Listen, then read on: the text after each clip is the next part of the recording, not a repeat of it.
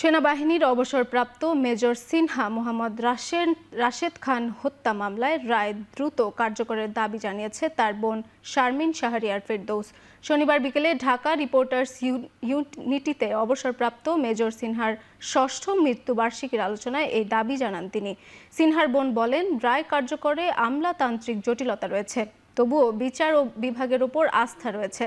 সাবেক সামরিক কর্মকর্তাদের সংগঠন এক্স ফোর্সেস অ্যাসোসিয়েশনের সভাপতি অবসরপ্রাপ্ত কর্নেল সাইফ বলেন, গোয়েন্দা সংস্থাগুলো বারবার ব্যর্থতার পরিচয় দিচ্ছে, এজন্য আইনের সংস্কার জরুরি।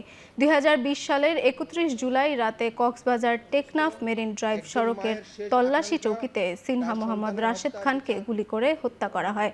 ২০২২ সালে এ হত্যার দায়ে টেকনাফ থানায় তৎকালীন ওসি প্রদীপ ও পরিদর্শক লিয়াকতকে মৃত্যুদণ্ড এবং অপর ৬ আসামিকে যাবজ্জীবন কারাদণ্ড দেয় আদালত। পরে হাইকোর্টেও নিম্ন আদালতের রায় বহাল রাখে। হত্যাকাণ্ড এটা নিয়ে আমরা মুখ করছি।